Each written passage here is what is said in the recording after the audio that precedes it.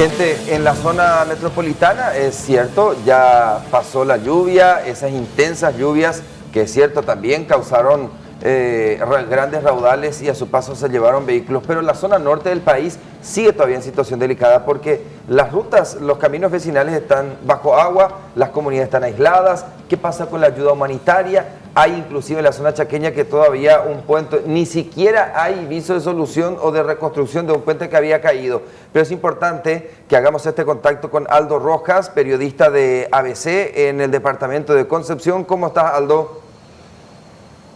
Muy bien, Javier, saludo a todos los colegas de mesa de periodistas y por supuesto a toda la teleaudiencia. Así como lo estás mencionando, la ayuda humanitaria que ha llegado a full, podríamos decir, en la jornada de hoy al distrito de Paso Barreto, como así también al distrito de Sargento José Félix López, más conocido como Puenteciño, en un helicóptero de la Fuerza Aérea Paraguaya.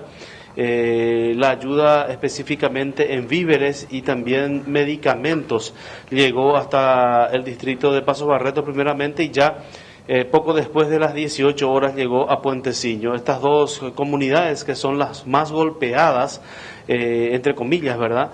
Por esta serie de lluvias importantes que cayeron desde la semana pasada en el primer departamento. Y así como lo estabas mencionando, Javier, unas precipitaciones que terminaron por desbordar los cauces hídricos importantes en el departamento de Concepción, arroyos, ríos y por supuesto también los caminos que quedaron anegados, inundados, y esto ha provocado sin lugar a dudas el aislamiento de varias comunidades.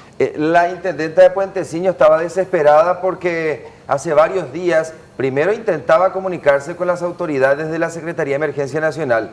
Finalmente, cuando se comunicó, prometieron estas ayudas hasta que vaya a llegar a Puenteciño, pero no se concretó. ¿Cómo va eso, Aldo? ¿Qué información tenés al respecto? Y no se pudo concretar vía terrestre principalmente, Javier, teniendo en cuenta lo que habíamos comentado anteriormente. Ya prácticamente desde Paso Mbutú, en el distrito de Arroyito, ya no se puede ir camino a Puenteciño vía terrestre. Sí, hoy llegó, decía yo, a las 18:10 exactamente llegó un helicóptero de la Fuerza Aérea Paraguaya hasta Puenteciño llevando medicamentos y también víveres. Y a su vuelta, este helicóptero trajo a personas que necesitaban una atención médica urgente en la capital departamental. Prácticamente la comunidad quedó totalmente aislada, solamente vía aérea se puede llegar hasta este momento en la zona de Puenteciño. Y lo otro que comentábamos en la zona de Paso Barreto, sí, ya las ayudas empezaron a llegar ayer y hoy prácticamente se centró la ayuda en ese lugar, y nos decía el intendente municipal de Paso Barreto, Bruno Piccinini, de la ANR, nos señalaba que unas 350 familias son las que viven en el casco urbano de la ciudad de Paso Barreto, pero en las compañías como Isla Tuyú, Huañandú, Estribo de Plata y comunidades indígenas de la zona, otras 400 familias que aún no han sido asistidas. Aldo Rojas, un abrazo, gracias por compartir con nosotros la realidad de la zona norte del país. Y que quiero mostrarles un poco, antes de ir a los otros temas, este puente en la zona de Puerto Guaraní. Para que tengan ubicación mental, nos vamos imaginariamente sobre el río Paraguay, específicamente, llegamos hasta la zona de Fuerte Olimpo, bueno, en ese territorio. Este puente que se había caído tiene unos 60 años, este puente. Ahí ven ustedes, en esas condiciones, pero atendé, primero porque necesitan cruzar de un lado a otro, una especie de tirolesa. Con eso están cruzando, porque si no, Puerto Guaraní queda totalmente aislada la comunidad vía terrestre. ¿Cómo defendemos la vida de estas personas, por ejemplo? Estos sí que necesitan la defensa de su vida. Imagínate. Tenés que tener estado físico para cruzar eso. Sí, están cruzando con tirolesa. Es más, hasta ahora no escuché que el Ministerio de Obras Públicas, a menos que me haya perdido la información, se haya expedido sobre esto. Pero para disimular, podríamos promocionarlo como deporte de alto riesgo para el turismo, ¿no? Sobre todo que la visita al Pantanal se está volviendo interesante, ¿verdad? Sí. Bueno, hay ahí deporte extremo, de igual modo. Reitero, la comunidad está totalmente aislada. Este puente conectaba con la zona de Fuerte Olimpo, era para salir a Fuerte Olimpo vía terrestre, pero es imposible en estas condiciones. Era para compartir un poco la realidad que les toca vivir a los chaqueños. Es un poco la desesperación de mucha gente que tiene que llegar a un lugar, tiene compromisos, tiene cosas que hacer y no puede trasladarse de un lugar a otro, sobre todo el caso de los enfermos. Entonces es una situación desesperante para mucha gente que está pasando esa situación ahora. Entonces la gente se ingenia y utiliza este método para por lo menos en alguna forma algunos puedan pasar y irse al lugar donde deben ir. Sí, ya luego las condiciones de exclusión, por ejemplo, una vez a la semana nomás se va la lancha a Quidabán hasta allá, hasta arriba mismo, para llevar absolutamente todo lo que necesitan para subsistir, para vivir, para consumir en la zona chaqueña, Fuerte Olimpo, Carmelo Peralta, inclusive allá está Puerto Casado. Pero en estas condiciones es imposible para quienes están en Puerto Guaraní, vía terrestre, tener que surtirse. Imagínense que haya alguien que necesita asistencia médica urgente. Nos contaba, por ejemplo, el intendente que tiene que cruzar a Murtiño, por ejemplo, territorio brasileño, o en su defecto tienen que venir en deslizadora hasta Vallemí y desde ahí buscan algún tipo de solución al problema de salud que eventualmente vaya a tener alguno de los pobladores. Es una locura. Sí. El nivel de exclusión es terrible, terrible. Pero en breve ya se va a construir una ruta de 730 millones de dólares en la zona chaqueña que es para transportar soja y carne. El Banco Mundial le critica al Estado paraguayo. Está haciendo estas inversiones para que estos dos rubros, que ya luego muchos se sirvieron del Estado paraguayo, sigan sirviéndose, pero hay otro sector al que no le estás haciendo caso, le dice el Banco Mundial al Estado paraguayo. Bueno, si tuviéramos que identificar, Gladys, ¿cuáles son algunos de los puntos, por ejemplo, que contiene esta batería de proyectos dentro de la reforma fiscal? Bueno, antes de entrar a detallar los puntos principales, es importante mencionar los puntos en desacuerdo, porque en principio se había planteado lo siguiente, que el gobierno iba a proponer una reforma tributaria, pero al mismo tiempo iba a proponer una ley que mejore la calidad del gasto que tenemos. Entonces, está bien, yo te pido más a vos contribuyente, pero al mismo tiempo mejoro el gasto que estoy teniendo con eso que vos me estás dando, ¿verdad? Una de cal y una de arena. Perfecto. Hoy tenemos que no va a ser así. El gobierno va a presentar este paquete de nuevos tributos en muchos casos y no va a presentar la ley, o no se va por lo menos por ahora a tratar esta ley que plantea mejorar nuestro gasto público. Y por otro lado, en principio Hacienda había dicho que no se iba a llegar a una presentación de la reforma tributaria sin un acuerdo con el sector privado, que es el que va a terminar pagando la mayor parte de los impuestos. Sin embargo, hoy el ministro de Hacienda, Benigno López, dice, con acuerdo o sin acuerdo, fin de marzo nosotros presentamos este paquete de pequeños cambios en los tributos. A ver, eso siempre ocurre, se conversa con el sector privado, con los empresarios, con los industriales, con los comerciantes, importadores, exportadores, y el común. No hay una representación, una instancia a la que le tengan que consultar al común. ¿Cuál podría ser? ¿Defensa del consumidor?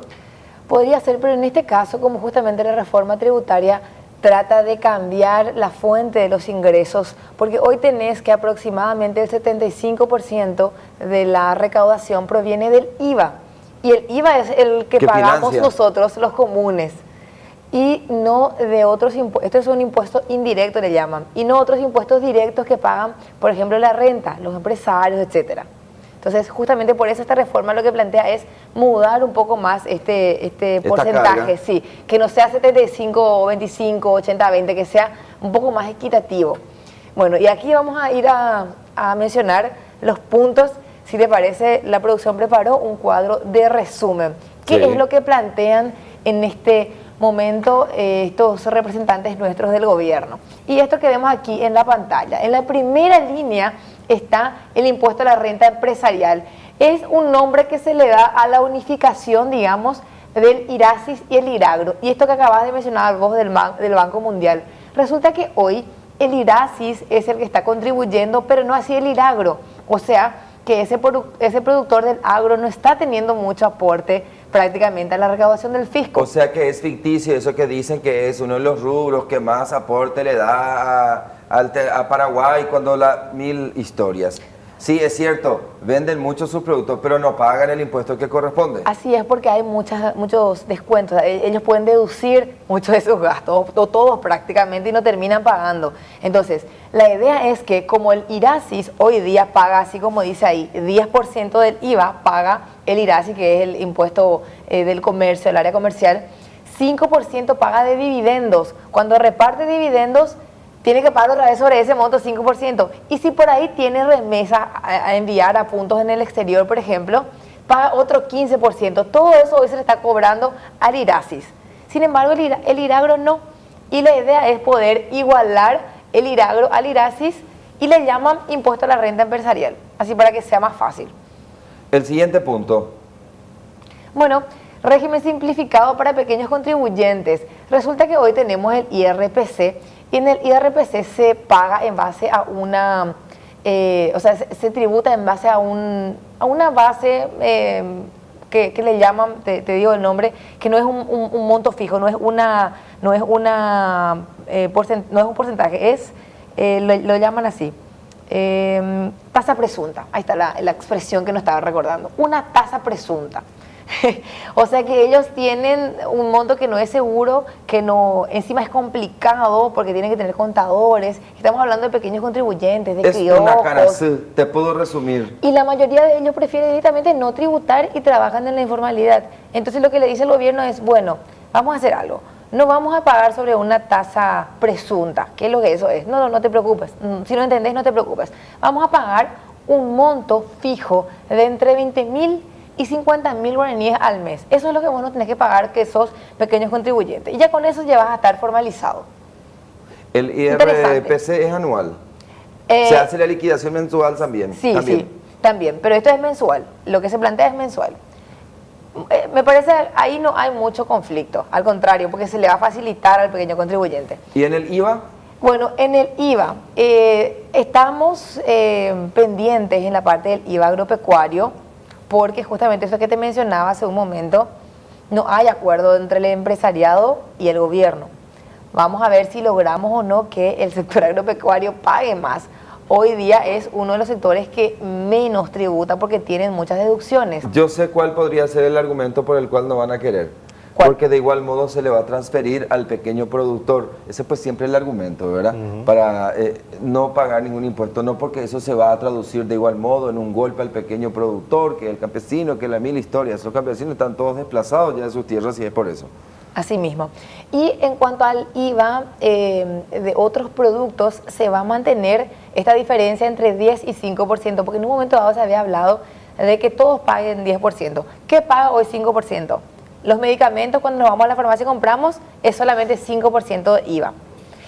Los alimentos de la canasta básica también pagan solamente 5%. Y 10% otros productos. La idea es que se mantenga eso no va a haber variación. También va a seguir siendo sin IVA el combustible, 0%. O sea, hasta ahí todo sin ningún okay. problema. Acá es el punto de debate. Exactamente. Y otro punto de debate es el siguiente, que tiene que ver con el impuesto selectivo al consumo. ¿Por qué? Ahí entra tabaco, bebidas azucaradas, bebidas alcohólicas, hasta 50% es el planteamiento. Hoy, ¿qué pasó? Hoy postergaron el tratamiento porque dijeron, vamos a esperar que el Ejecutivo nos envíe esas propuestas y a partir de ahí vamos a estudiar, Marcos. Así mismo, hoy figuraban en el orden del día el impuesto al tabaco, o sea, modificar eso, y también el impuesto a las bebidas alcohólicas y a las bebidas azucaradas. El acuerdo ya fue establecido el pasado lunes, cuando estuvo el ministro de Hacienda, Benigno López, en una reunión con la plana mayor del Senado, los líderes de bancada. Ya se acordó eso, que como vos dijiste, cuando el Ejecutivo envíe, ahí recién van a volver a estudiar. Bien.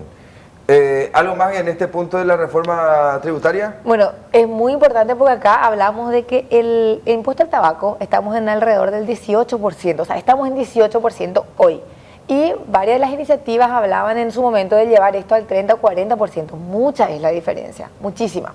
Eso sí sería pro vida o por la vida. Totalmente, totalmente, porque lo que se recaude se puede usar en el ámbito de tratamiento de enfermedades derivadas del consumo del tabaco, por ejemplo. O sea, pero qué interesante lo que al final ocurrió con lo de la senadora Baja.